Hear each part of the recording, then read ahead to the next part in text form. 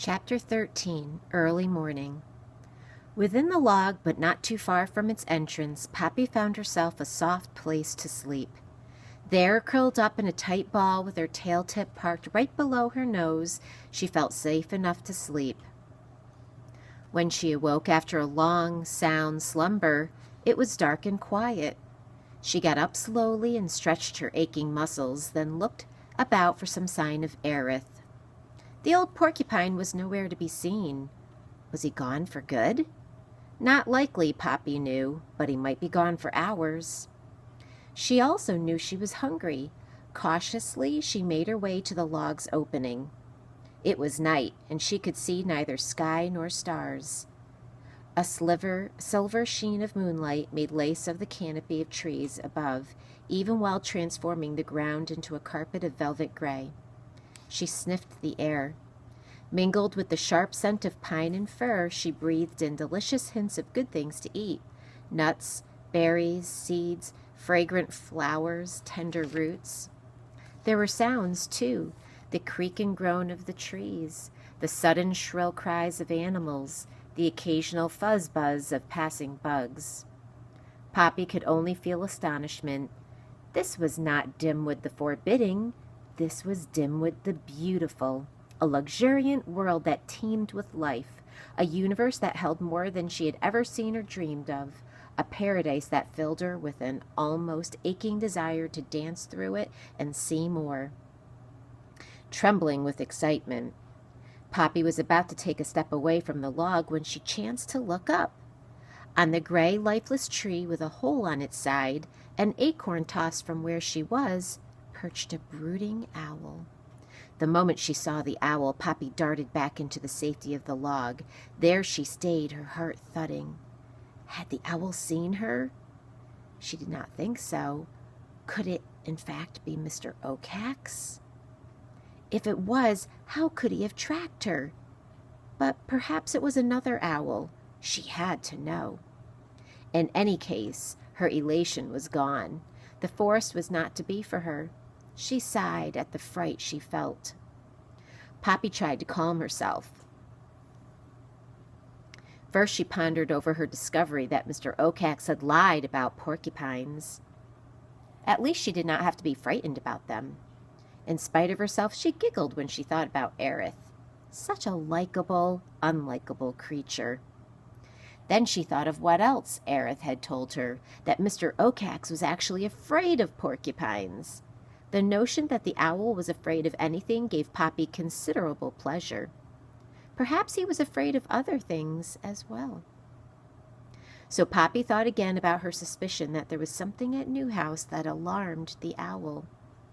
Oh, only if there was, if only she could find it. Feeling more hopeful, Poppy returned to the log's threshold to wait for Aerith. She wanted to take another look at the owl, but was afraid to. Instead, she sat, content for the moment to gaze out at the beautiful forest.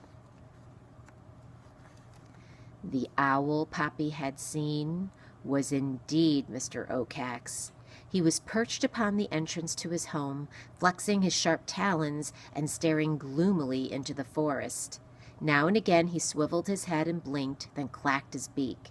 Hungry, he wished that something, anything, would reveal itself by moving.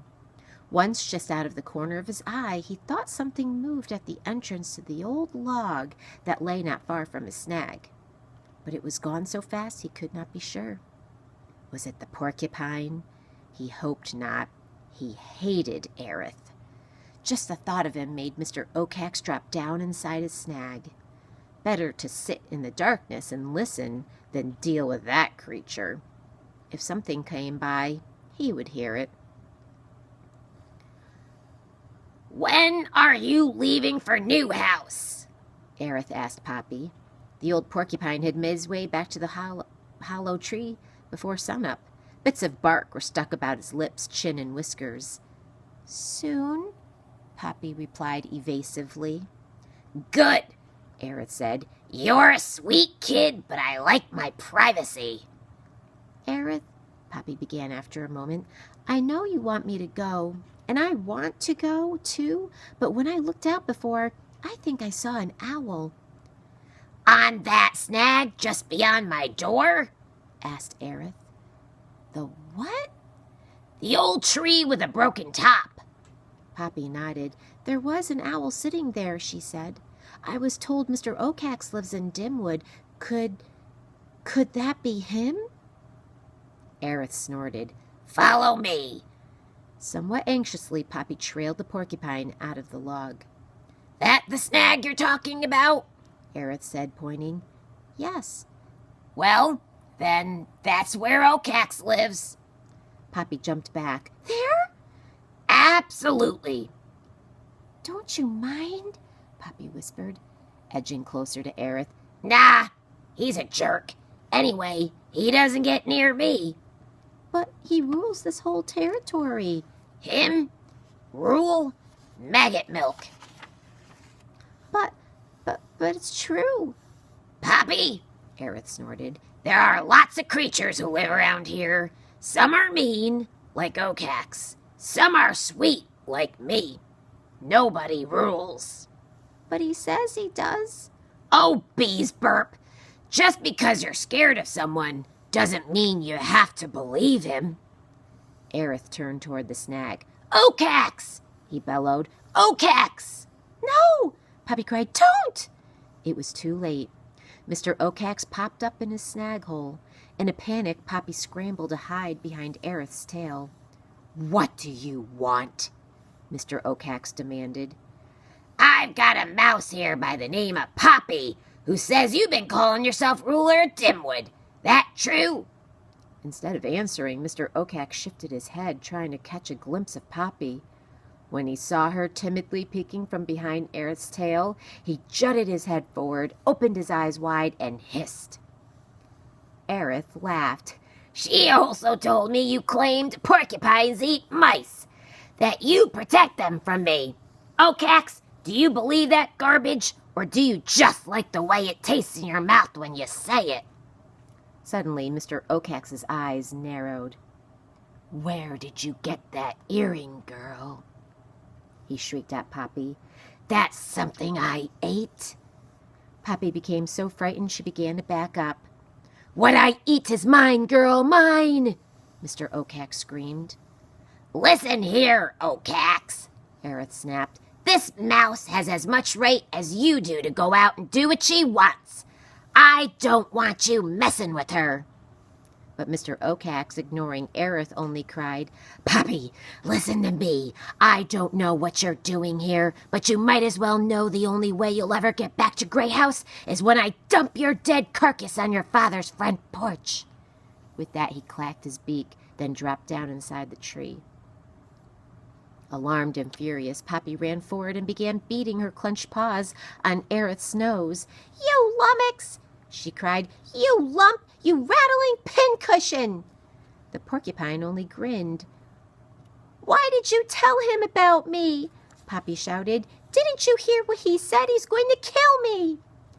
Oh, he's nothing but fuss and feathers. He doesn't bother me.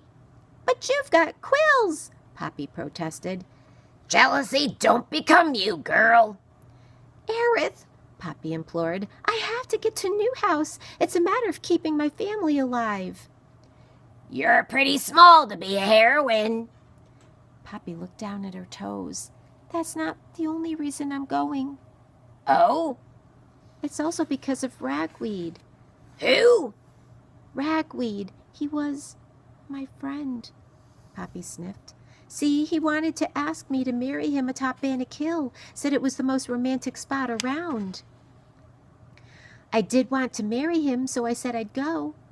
But only after asking permission of Mr. Okax. That's the rule. But Ragweed said, where's the romance when you have to ask permission? So we went without asking. When Ragweed and I got to the top, he did ask me to marry him. But before I could answer, Mr. Okax killed him. Then later, the owl said it was because Ragweed and I went to the hill without permission that my family couldn't move to New House. When they heard that, a lot of them, most of them, blamed me. Poppy pushed the tears away. So you see, I'm going to New House to prove our being on the hill had nothing to do with Mr. Okax's refusal. If I don't prove it, my family can't go to New House and we'll be ruined. I'll be ruined. So I have to go. Only now that you've told Mr. Okax I'm here, he'll follow me and keep me from finding the truth. You've got to come with me. Aerith shook his head. Sorry, kid. This is your business, not mine. Anyway, I need to get some sleep.